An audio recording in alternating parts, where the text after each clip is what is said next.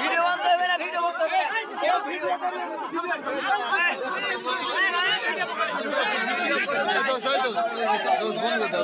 মুশফিক ভাই আর ভাই রবিন ভাইয়া আপনারা আসেন, আপনাদের ভুলের জন্য ভাই, আপনাদেরকে ই করার জন্য ভাইয়া, আপনাদের ভালো জন্য এখানে তুমি আরেকবার তুমি করো, ভালো হয়। মানুষ বলতে ভুল হবে, ঠিক আছে ঠিক আছে। এখানে আসেন, এখানে আসেন, খেলছে না ভাইয়া, ভাইয়া বড় ভাইয়া বড় ভাইয়া কই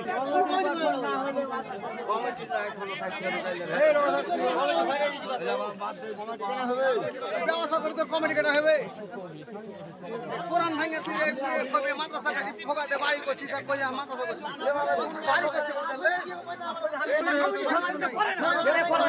কাটলাম বলে ছোট করে সাহাবতে দে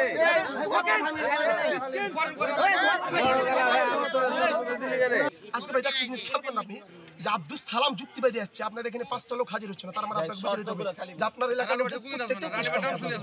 এই জন্য আপনাকে কমিটি ঘোষণা করতে হবে এবং 5টা মাদ্রাসা যেভাবে চলে আপনাকে সেভাবে চালাতে হবে। গ্রামের সকলের কথা এক কথা, ঠিক না?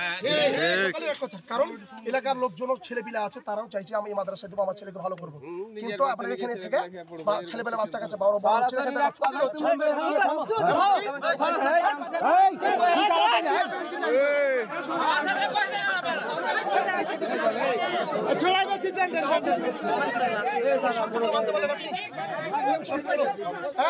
এরপর থেকে আপনারা উনি এত দূর থেকে এসেছেন, ওনার একটা বসার মতন পরিবেশ নাই, ওনার খাবার দাবার দেওয়া হয়নি এখন পর্যন্ত, তাহলে আপনি কি বলবেন এখন? ওনার খাবারটা পর্যন্ত দেওয়া হয়নি এখন পর্যন্ত, তাহলে অত দূর থেকে আইলো মানুষটা, তার একটা শরীরের ক্লান্তির ব্যাপার আছে, সে একটু স্পেশাল একটা রুমে রেস্ট করবে, তাকে খাবার দাবার দিতে হবে, তাকে সুন্দরভাবে চলে যেতে হবে, তাই কিনা? আব্দুল সালাম যুক্তিবাদীর মাহফিলে 2000, 5000, 10,000 পর্যন্ত লোক হয়, আপনারা হয়তো দেখেছেন কিনা। টাকা হিসাব করে দিলাম, টাকা ছাড়া কেমন করে গেল বক্তা বলেন? আমার এলাকাতে এগুলো হবে না। মোবাইলে তুলেন, আপনি আমার কাছে প্রচার করুন, এগুলো আমি হতে দেব না, ইসলামে অনিয়ম হতে দেব না, এটা অসম্ভব অসম্ভব অসম্ভব। ঠিক ঠিক ঠিক।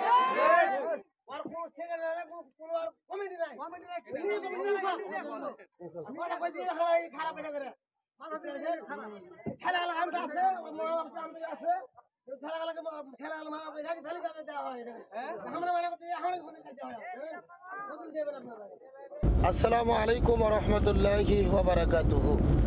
ইন্নাল হামদুলিল্লাহ ওয়াস সালাতু ওয়াস সালামু আলা রাসূলিল্লাহ বাদ। দেশ এবং প্রবাসের প্রিয় বন্ধুরা, যারা যেখান থেকে দেখছেন সকলকে আন্তরিক শুভেচ্ছা এবং অভিনন্দন। প্রিয় দিনী ভাইরা, আজকে মনে অত্যন্ত দুঃখ কষ্ট নিয়ে একটি বিষয় শেয়ার করার জন্য কিছু কথা বলছি। আজকে আমাদের মাহফিল ছিল চাঁপাইনবাবগঞ্জ জেলা শিবগঞ্জ থানা, কানসার থেকে প্রায় 15-20 কিলো দূরে চাঁদপুর রানীবাড়ি চরকতলা গ্রামে। আমি আপনাদেরকে আবারও বলছি, চাঁপাইনবাবগঞ্জ শিবগঞ্জ রানীবাড়ি চাঁদপুর চরকতলা ইসলামিয়া মাদ্রাসা আমার মাহফিল ছিল। আমি জাস্ট আপনাদের মধ্যে শেয়ার করছি যে কমিটিরা কিভাবে বক্তাদেরকে দাওয়াত দিয়ে মাহফিলে ঠকায় এবং প্রতারিত করে, প্রতারণা করে। আমি কিন্তু সবার কথা বলছি না, অসংখ্য কমিটি রয়েছেন, তারা ভালো আলেমদেরকে সম্মান করেন, শ্রদ্ধা করেন, যথার্থ খেদমত করেন, কিন্তু কিছু কিছু কমিটিও যে প্রতারিত করেন বক্তাদেরকে, এটা আজকে অনেকেই বলতে চায় না। আজকে আমরা বিকেল 3টায় বগুড়া থেকে রওনা করেছি। আমাদের মাহফিল চাপাই কানসাট থেকে আরও 20 কিলো দূরে চরকতলা গ্রামে। বগুড়া থেকে প্রায় 300 কিলো রাস্তা হবে, 250 থেকে 300। আমরা বিকেল 3টায় রওনা করে শিবগঞ্জ পার হয়ে, বিশেষ করে কানসার থেকে যে 15 কিলো 18 কিলো আমরা গিয়েছি, এই রাস্তাটা অনেক খারাপ। আমাদের ওখানে গিয়ে প্রায় 9:30 বাজে। 9:30টার সময় আমরা যখন ওখানে পৌঁছলাম, আমাকে আজ থেকে 6 মাস আগে একজন দাওয়াত দিয়েছেন, একজন হুজুর। দাওয়াত দেওয়ার পরে আমরা দাওয়াত গ্রহণ করেছি। আমরা আজকে যখন মাহফিলে পৌঁছিলাম 9:30টার দিকে, যাওয়ার পরে লক্ষ্য করে দেখি যেখানে মাহফিল হচ্ছে কোনো প্যান্ডেল নেই, বড় কোনো আয়োজন নেই, ছোট্ট করে একটা কাপড় দিয়ে, যেরকম আমরা বিয়ে বাড়িতে দেখি বর বা কনেকে হলুদ মাখানোর অনুষ্ঠান হয়, ছোট্ট একটা কাপড় দিয়ে নিচে চেয়ার টেবিল, এরকম অবস্থা, এবং সামনে হয়তো বা 15-20 জন শ্রোতা বসে আছেন। আমাদেরকে নিয়ে যাওয়া হলো যেখানে বসতে দিয়েছেন এমন একটা ঘর, সেই ঘরের দরজা নেই, জানালা নেই, এমনকি বিদ্যুৎ নেই তো নেই, কোনো আলোর পর্যন্ত ব্যবস্থা নেই, একেবারে ঘুটঘুটে অন্ধকার। আমরা বক্তা বা আলোচক আমরা গিয়েছি দেখেই যে বিল্ডিংয়ে রাখতে হবে, বিষয়টি এমন না, টিনের ঘরও হতে পারে, কিন্তু সেখানে একটা পরিষ্কার সুন্দর জায়গা থাকবে, হয়তো বা আলো থাকবে, একেবারে অন্ধকার জায়গা আমাদের বসতে দিয়েছেন। এবং ওখানে যাওয়ার পরে যেটা দেখলাম, ওরা যে মাহফিলে পোস্টার করেছেন, একটাই মাহফিল, একদিন মাহফিল, অথচ প্রধান বক্তা 2 জন। আমি একটা প্রধান বক্তা, আর একজন প্রধান বক্তাকে ওই মাদ্রাসার যিনি পরিচালক মুহতামিম, মানে আমাকে যিনি দাওয়াত দিয়েছেন, বাইজিদ নাম, উনি প্রধান বক্তা, এবং ওনার নাম উপরে, আমার নাম নিচে, 2 জন প্রধান বক্তা। এখন আমার নাম নিচে থাকুক এটা কোনো ব্যাপার না, 2 নম্বর নাকি 3 নম্বর থাকলাম এটা বিষয় না, কিন্তু আমার উপরে ওনার নাম দিয়েছে। এখন ওনার নামটা উপরে দেওয়াতে এলাকার মানুষ ওনাকে আগে থেকেই দেখতে পারে না, ওনার ব্যাপারে অনেক আলোচনা সমালোচনা আছে। যখন লোকজন দেখেছে ওনার নাম, উনি প্রধান বক্তা, ওনারই মাদ্রাসা, হয়তোবা সেই রকম ভাবনা থেকেও লোকজন তার মাহফিলে আসে নাই। কেন যেন আসেনি, আরো অনেকগুলো কারণ সেটা থাকতে পারে, 10-15 জন মানুষ। এখন ওই ঘরে যাওয়ার পরে বললাম, আচ্ছা ঠিক আছে, আপনার নাম উপরে দিয়েছেন, দেন, আপত্তি নেই, আপনি ভালো বক্তা, আলোচনা করবেন। উনি বললেন যে এটা আমি আকর্ষণ করার জন্য দিয়েছি, আমি অবিকল, আমি হামজার কণ্ঠে হুবহু আলোচনা করতে পারি। তো পোস্টারে লেখেও দিয়েছেন যে অবিকল আমির হামজার কণ্ঠে প্রধান বক্তা মুফতি মুশফিকুর রহমান বাইজিদ। আমি বললাম আচ্ছা ঠিক আছে, তাহলে এখন আমি আলোচনা করবো নাকি আপনি আলোচনা করবেন? তো আমরা তো বগুড়া থেকে আসছি অনেক রাস্তা জার্নি করে, তো যদি আপনাদের খাবার দাবারের কোনো ব্যবস্থা থাকে একটু খাবার দেন, আমি খেয়ে মঞ্চে উঠবো। এই কথা বলার পরে খাবার দাবার ওরা তো আমাদের জন্য কোনো কিছু রান্না করেইনি, ওই মাদ্রাসার কিছু ছাত্রদের জন্য ওরা কিছু খিচুড়ি রান্না করেছে, তাও সেই খিচুড়িটা রান্না করেছে দুপুরে। আমাদেরকে যখন খেতে দিয়েছে, খাওয়ার মতো অবস্থা সেটা ছিল না, গন্ধ। অনেক হয়তো বলবেন যে খাইতে পাইনি থেকে বলছি না, আমি আহ্বান করছি বিষয়টি শেষ পর্যন্ত শুনুন। আমরা যখন ওটা খেতে পারলাম না, তখন আমি বসে আছি, ওই বাইজিদ সাহেব ওনাকে বললাম যে তাহলে আপনি আলোচনা করেন, আমি আপনার পরে আমি আসতেছি। উনি যে মঞ্চে উঠলেন, স্থানীয় প্রায় 10-15 জন আলেম, তাদের প্রতি ভালোবাসা, আন্তরিক অভিনন্দন। ওই সময় তারা এসেছিলেন, আসার পর আমাকে বললেন যে হুজুর আপনি তো এখানে এসেছেন, এই যে দাওয়াত দিয়েছে তো লোকটা ভালো না, প্রত্যেক বছর এরকম করে, আলেমদেরকে এসে অপমানিত করে, তো আপনাকে তো বসতে দিয়েছে, এখানে আলো নেই, ভালো ব্যবস্থাও নেই, আবার আপনাকে খেতে দিয়েছে, গন্ধওয়ালা খাবার খেতে পারেননি। তো আমাদের পাশেই বাজার রয়েছে, ও রানীবাড়ি, চাঁদপুর রানীবাড়ি বাজার, তো চলেন ওখানে ভালো কালাই রুটি পাওয়া যায়, আপনাকে আমরা নিয়ে যাই, আমরা সবাই মিলে ওখানে গিয়ে 1-2 করে রুটি খেয়ে আপনি আসেন, আসে আলোচনা করবেন। ওখানে কয়েকজন আলেম ওলামা এসেছেন, স্থানীয় আমাদের ছাত্র শিবিরের কয়েকজন ভাই এসেছেন, 4-5 জন। তো সবাই মিলে আমি প্রাইভেট কারে নিয়ে গেছি, তো আমার কারে আমি বাজারে যাইনি, ওনাদের মোটর সাইকেলে করেই ওই কিছু আলেম ওলামা এবং ছাত্র শিবিরের ভাইরা আমাকে নিয়ে বাজারে গেলেন। বাজারে গিয়ে আমরা রুটি খাচ্ছি, এর মধ্যে উনি আলোচনা করতে করতে ওনাকে কে যেন বলেছে যে প্রধান বক্তা মাদ্রাসায় তো রুমে নেই, কোথায় যেন গেছে। উনি মাইক দিয়ে ঘোষণা দিয়েছে যে প্রধান বক্তা আব্দুল সালাম যুক্তিবাদী, উনি একজন প্রতারক, উনি ভালো না, উনি মাহফিলে এসে টাকা চেয়েছেন, আমি মঞ্চটার আগে টাকা দেইনি, এজন্য উনি চলে গেছেন। এই কথা শুনে যে 20-25 জন শ্রোতা সামনে ছিল, তারা ওখান থেকে উঠে গেছে, যেহেতু শুনেছে যে প্রধান বক্তা চলে গেছে। তখন উনি আর কিছু করতে না পেরে ওর ওই ঘোষণা শোনার পর লোকজন চলে গেল। উনি আমার ব্যাপারে অনেকভাবে বিভিন্ন খারাপ মন্তব্য, আজে বাজে মুখে যা আসে আমার ব্যাপারে বাইনে উনি কথা বললেন। কিছু লোক ছিল তারাও চলে গেল, উনি মোনাজাত করে মাহফিল শেষ করে দিচ্ছেন। মাইক দিয়ে আমরা শব্দ শুনতেই পাচ্ছি, পাশেই কিন্তু বাজার। এই পরিস্থিতি দেখে আমি ওই স্থানীয় আলেমদেরকে বললাম কি করা যায়। তো তখন স্থানীয় আলেমেরা এবং ছাত্র শিবিরের ভাইরা বললেন, ঠিক আছে হুজুর, আপনি থাকেন, উনি যেহেতু একটা মিথ্যা আপনার ব্যাপারে অভিযোগ করে মাহফিলটা শেষ করে দিচ্ছেন, আমরা ওখানে যাই। এই কথা বলে আমাকে রেখে ওনারা চলে গেলেন। ওই আলেম ওলামা এবং ছাত্র শিবির ভাইরা যাওয়ার পরে ওনারা মোনাজাত শেষ হওয়া মাত্র ওনারা মাইকটা হাতে নিয়ে সামনে যে কয়েকজন শ্রোতা ছিলেন তাদেরকে বললেন যে হুজুরটা প্রতারক, ইনি আজকের প্রধান বক্তা আব্দুল সালাম যুক্তিবাদী, উনি একটু সম্মানিত মানুষ, ওনার ব্যাপারে সম্পূর্ণ মিথ্যাচার করেছেন। বক্তা পালিয়েও যায়নি, উনি এসেছেন বগুড়া থেকে, ওখানে না বসার জায়গা দিয়েছেন, না খাবার দিয়েছেন। আমরা ওনাকে মহব্বত করি, ইউটিউবে আলোচনা শুনি, ভালোবাসি, তো বাজারে নিয়ে গিয়েছি আমরা রুটি খেয়ে, যে ইনি কিছুক্ষণ আলোচনা করুক, উনি এসে মঞ্চে উঠবে। এর মধ্যে উনি একটা মিথ্যা প্রোপাগান্ডা চালিয়ে তার ব্যাপারে মিথ্যা বানোয়াট কথা বলে মাহফিল শেষ করে দিলেন। আসলে এর উদ্দেশ্যটা হলো প্রতি বছরই তিনি এরকম বক্তাদেরকে নিয়ে যায়, নিয়ে গিয়ে সামনে কোনো প্যান্ডেল নেই, ভালো আয়োজন নেই, ছোট্ট একটা চান্দা দিয়ে, কাপড় দিয়ে, চেয়ার টেবিল দিয়ে, মানে কিছু লোক হয় না, তখন বক্তাকে বোঝায় যে মানুষ আসেনি, কালেকশন হয়নি। মূলত এইভাবে বক্তাকে ঠকিয়ে পাঠিয়ে দেয়। আর 2-3 মাস আগে বক্তাকে দাওয়াত দেওয়ার পরে মাদ্রাসার ছাত্রদেরকে নিয়ে তিনি কালেকশন করে। ওই এলাকার মানুষ ওর উপরে ক্ষিপ্ত।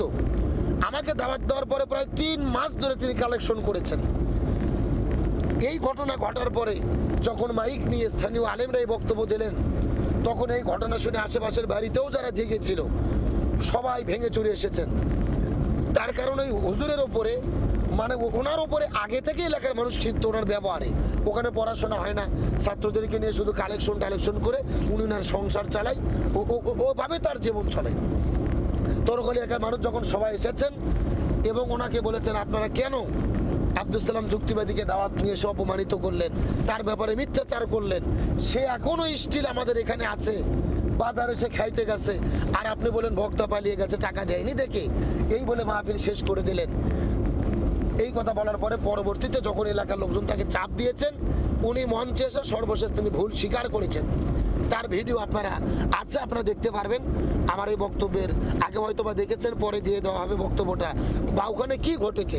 ওখানকার, আমরা তো সাইটে ছিলাম, ওখানকার স্থানীয় লোকজন এটা ভিডিও করেছেন যে পরবর্তীতে উনি এসে মঞ্চে এসে ভুল স্বীকার করেছেন যে আমি ছোট ছোট বাচ্চাদেরকে আর কালেকশন করাবো না, বা আব্দুল সালাম যুক্তিবাদীকে নিয়ে এসে আমি যে অপমানিত করেছি, এর আগেও আমি বারবার আলেমদেরকে এসে পরিকল্পিতভাবে অপমানিত করে তাকে তাড়িয়ে দিয়েছি। তারপরে তিনি ক্ষমা স্বীকার করেছেন, ভুলের জন্য ক্ষমা চেয়েছেন। এখন আমি আপনাদেরকে একটা উদ্যত আহ্বান করি, আজকে বাংলাদেশের বক্তাদেরকে নিয়ে অনেকে লেখালেখি করি, অনেকে সমালোচনা করি, যে অনেকে টাকা আগে নিয়ে মাহফিলে যায়, কন্ট্যাক্ট করে নিয়ে যায়, অবশ্য সেটা নিয়ে সমালোচনা হতে পারে, কিন্তু আমার আহ্বান এই যে আমার সঙ্গে যে ঘটনা ঘটলো, গতবার সেই রৌমারির আমুতে নিয়ে গিয়ে আমার খরচ 15,000 দিয়েছিল, 7,000 টাকা। এরকম ঘটনা প্রতিনিয়ত বক্তাদের সঙ্গে ঘটছে। এটা কিন্তু মিডিয়াতেও আসে না, এটা নিয়ে কেউ কথাও বলে না। আজকে আফসোস, একজন বক্তা গিয়েছেন আমাদের প্রিয় ভাই আব্দুল কাইয়ুম মিয়াজি, আমি সমসাময়িক আমার ঘটনার সঙ্গে মিল আছে এই জন্য বলছি। আব্দুল কাইয়ুম মিয়াজি নাকি 60,000 টাকা চেয়েছেন এবং অগ্রিম নিয়ে মঞ্চে গিয়েছেন, এজন্য তাকে ধরে আঘাত করা হয়েছে, মারা হয়েছে। টাকা অগ্রিম নিয়ে মাহফিল করা যাবে কিনা এটা নিয়ে তর্ক বিতর্ক হতে পারে, পক্ষে বিপক্ষে কথা হতে পারে, কিন্তু এই যে আজকে আমি ভুক্তভোগী, আমি 250 কিলো দূর থেকে আসলাম, আমার নামে 2 মাস ধরে কালেকশন করে, আমার নামে মিথ্যাচার করে মাহফিল শেষ করে দিলেন। এই যে প্রতারণা করলেন, প্রতি বছর তিনি প্রতারণা করেন। এই রকম বাংলাদেশের বহু কমিটি আছে যারা বক্তাদেরকে দাওয়াত দিয়ে যাতায়াতের খরচা পর্যন্ত দেয় না। আপনারা কথা বলেন, 70-80 হাজার টাকা করে বক্তা নেই। আপনারা কি বলতে পারবেন এরকম কয়জন বক্তা বাংলাদেশে আছে? 10 জন, 20 জন, সর্বোচ্চ ভাইরাল পারসন 50 জন, এর বেশি হবে না। আচ্ছা আমি 100 জনই ধরলাম, 100 জন বক্তাকে 40,000, 50,000, 60,000 বা 70-80 হাজার টাকা দিয়ে তাদেরকে আনতে হয়, বা তারা কন্ট্যাক্ট করে, বা তাদেরকে অগ্রিম টাকা দিয়ে আনতে হয়। এখন প্রশ্ন, শুধু কি এই বক্তাদের দোষ? কমিটির কি কোনো দোষ নেই? বাংলাদেশের যত কমিটি আছে, এই কমিটিগুলোই তো বক্তাদেরকে আরো খারাপ বানায়, তাদেরকে লোভনীয় করে, তাদেরকে এই পথে আনতে বাধ্য করে। একটা বক্তা 5 মাস ওয়াজ করে 150টি মাহফিল করতে পারবে। এখন বাংলাদেশের 10,000 কমিটি তার জন্য পাগল, ভাইরাল বক্তা মাহফিল আনতে হবে। কে ভালো গান গাইতে পারে, কে ভালো জিকির করতে পারে, কে প্রেম বিশেষজ্ঞ, অথবা কে কে ফেমাস পারসন তাকে মাহফিলে নিয়ে আসলে 10,000, 20,000, 1 লক্ষ লোকের শোডাউন হবে, কালেকশন ভালো হবে। মূলত নাম ফুটানোর জন্য কমিটিরা এই 50 জন 100 জন বক্তার পিছে ঘোরে, এদেরকে নিয়ে এত সমালোচনা। কিন্তু বাংলাদেশে আরো কমপক্ষে 10,000, 20,000 আলোচক রয়েছেন, বক্তা রয়েছেন, যাদেরকে দাওয়াত দেওয়ার পরে কমিটিরা যাতায়াতের খরচা পর্যন্ত দেয় না।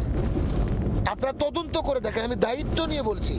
আপনারা চিন্তা করেন, যেই মাহফিলের প্রধান বক্তাকে 80,000 টাকা দেওয়া হয়, আপনারা কি কখনো খোঁজ নিয়েছেন ওই মাহফিলের দ্বিতীয় বক্তাকে কত টাকা দেওয়া হয়? 80,000-এর জায়গায় কি 40, 20 না 5,000, কোনো জায়গায় 2,000 টাকা দিয়ে বিদায় করা হয়।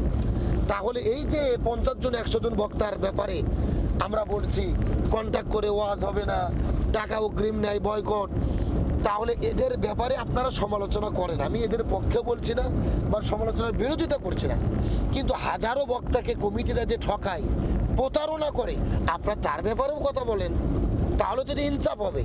ঢালাওভাবে 10-20 জন বক্তার জন্য সমস্ত বক্তাকে নিয়ে সমালোচনা করা, এটা কি সমীচীন? এটা কি আমাদের জন্য উচিত? আমি পরিষ্কার করে বলি, 100 জন বক্তার কোনো কাজের জন্য যেরকম 10,000 বক্তা দায়ী নয়, একই রকম ভাবে 5 জন বা 10 জন 100টা কমিটির জন্য সমস্ত কমিটিও দায়ী নয়। আজকে আব্দুল কাইয়ুম মিয়াজি ভাইয়ের ঘটনাকে কেন্দ্র করে সারা দেশে যা ঘটছেন, অনেকে বলছেন সাতক্ষীরা বয়কট, সাতক্ষীরা জেলাতে আর কোনো ওয়াজ করব না, সাতক্ষীরা জেলাতে আর যাব না। আবার সাতক্ষীরার জনগণরা ফেসবুকে পোস্ট করছেন সাতক্ষীরাতে অনেক বক্তা রয়েছে, অন্য জেলার বক্তা আমাদের দরকার নেই, বহু বক্তা আমাদের জেলায়। আমি মনে করি নিঃসন্দেহে এই বিতর্কর একদম জাহিলিয়াতের বিতর্ক, এটা মূর্খতার পরিচয়, এটা অযৌক্তিক, এটার প্রশ্নই ওঠে না। আরে ভাই, একটা কমিটি অপরাধ করেছে, এজন্য যে সাতক্ষীরার সব কমিটি খারাপ এটা বলার কোনো সুযোগ নেই। আবার এক আব্দুল কাইয়ুম মিয়াজির ব্যাপারে আপনারা কষ্ট পেয়েছেন বা 60,000 টাকা আগে নিয়েছে, এই জন্য বাংলাদেশের সব বক্তাই যে এমনটাও বলার কোনো সুযোগ নেই। এলাকার আলেমোলাম আমাকে ধরে নিয়ে বাজারে গেছেন রুটি খাওয়ানোর জন্য, তা আমি রুটি খাইতে গেলাম আর উনি মাইকে ঘোষণা করলো আমি অগ্রিম টাকা চেয়েছি, দেয়নি, উনি দেয়নি, এই জন্য আমি পালিয়ে গেছি। এলাকার মানুষের সামনে ঘোষণা দিলেন, মাহফিল শেষ করে দিলেন। এটা কোন ধরনের জাহিলিয়াত? এটা কোন ধরনের প্রতারণা? এটা কোন ধরনের ধোঁকাবাজি? এই ব্যাপারে কি আমরা প্রতিবাদ করেছি বা করব?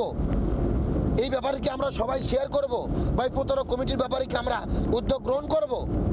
আমি বলছি, আমি যতগুলো কথা বলছি আল্লাহি, আল্লাহর কসম করে বলি, বিন্দু মাত্র মিথ্যা বলিনি।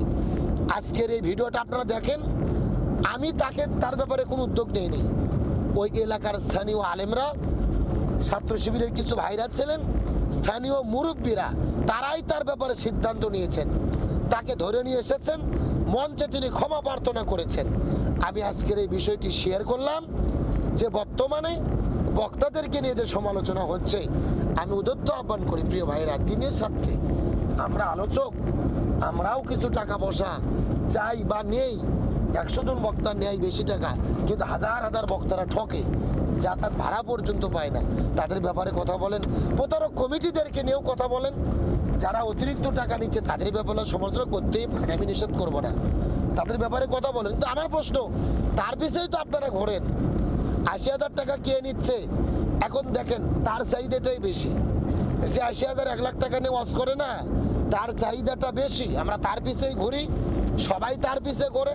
ফেসবুকে যারা পোস্ট দিচ্ছেন যে তাদেরকে বয়কট, ভাইরালরা বয়কট, 80,000 টাকা যারা চায় এরা বয়কট, আবার দিন শেষে রাতের বেলা ওনারা আমাকে ফোন দেয়, আমি নিজে বলতেছি আল্লাহর শপথ করে, আমি আজকে সারাদিনে ফেসবুকে দেখেছি যারা বলেছে কন্ট্যাক্ট করা বক্তা বয়কট, ইনারা প্রত্যেককে অধিকাংশ আমার কাছে ফোন করেছে, অমুককে নিয়ে দেন, অমুককে নিয়ে দেন, কত টাকা লাগে আমরা দেব। এক বকে কি দুই কথা নয়? আপনার রাতের বেলা ভাইরাল বক্তাকে নেওয়ার জন্য ফোন দেন, আবার দিনের বেলা বলেন ভাইরাল বক্তাদের বয়কট। এটা তো মুনাফিকি বাইরে। বয়কট যদি করতে হয় সত্যি বয়কট করেন, আর কোনো ভাইরালের পিছে ঘুরবেন না। যারা অগ্রিম 80,000, 60,000, 50,000 চাই, এদেরকে দাওয়াত দেবেন না। আর কমিটিরা যারা প্রতারণা করে এদের ব্যাপারে সোচ্চার হন, ইনসাফ ভিত্তিক সমালোচনা করেন। আমরা চাই এটার সংশোধনী হোক। যারা বক্তা অতি উৎসাহী হয়ে বা অতিরিক্ত বাড়াবাড়ি করছেন। আমরাও তারা ভালো হই, আমরাও ভালো হই, তারাও ভালো হোক। কমিটিদের ব্যাপারেও কথা বলেন, সমস্ত প্রতারণা বন্ধ হোক, কোরআনের এ মাহফিল ইখলাস পূর্ণ হোক, পরিপূর্ণভাবে দিনের দাওয়াতি কাজ হোক, এই আশা রেখে আমি আমার কথা শেষ করছি। আমার কথায় যদি আপনারা কেউ কষ্ট পেয়ে থাকেন, সবার প্রতি উদ্যত আহ্বান করছি। আমি আবারও আহ্বান করছি, যারা বলছেন সাতক্ষীরা জেলা বয়কট, এটাও একটা ভুল। এক কমিটি দোষ করছে মানে সব কমিটি খারাপ তা না। আবার যারা বলছেন যে অন্যান্য জেলার বক্তাকে আনবো না, সাতক্ষীরা জেলায় তো অনেক বক্তা আছে, তারাও ভুল করছেন। দেশের মধ্যে জেলা নিয়ে বিভক্তি করেন না, এলাকা ভিত্তিক কোনো শ্রেণী বিন্যাস আমরা না করি। আমরা যারা অন্যায় করে তাদের ব্যাপারে সমালোচনা করি, তবে সমালোচনা যেন ইনসাফ ভিত্তি হয়। আল্লাহ তাআলা আমাদের সঠিক বুঝদান করুক। কোরআনের এই ময়দান যত সমস্যা রয়েছে আমরা যেন সমাধান করে ইখলাসের সঙ্গে বক্তা, কমিটি, শ্রোতা আমরা প্রত্যেকেই যেন ইখলাসের সঙ্গে আমাদের নিয়াতকে সই করতে পারি। আল্লাহ তাআলা কবুল করুক। আসসালামু আলাইকুম ওয়া রাহমাতুল্লাহি